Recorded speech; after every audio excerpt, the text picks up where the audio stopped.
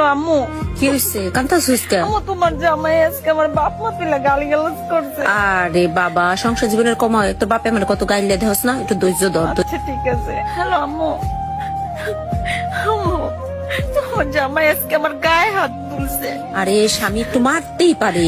অনেক মারছে। আমি কাইসা বড়। আর আসবি মানে কি কস তুই? স্বামী স্ত্রী একটু ঝগড়াঝাটি হইলে মারামারি লইলে কি আয় পড়তে হইব?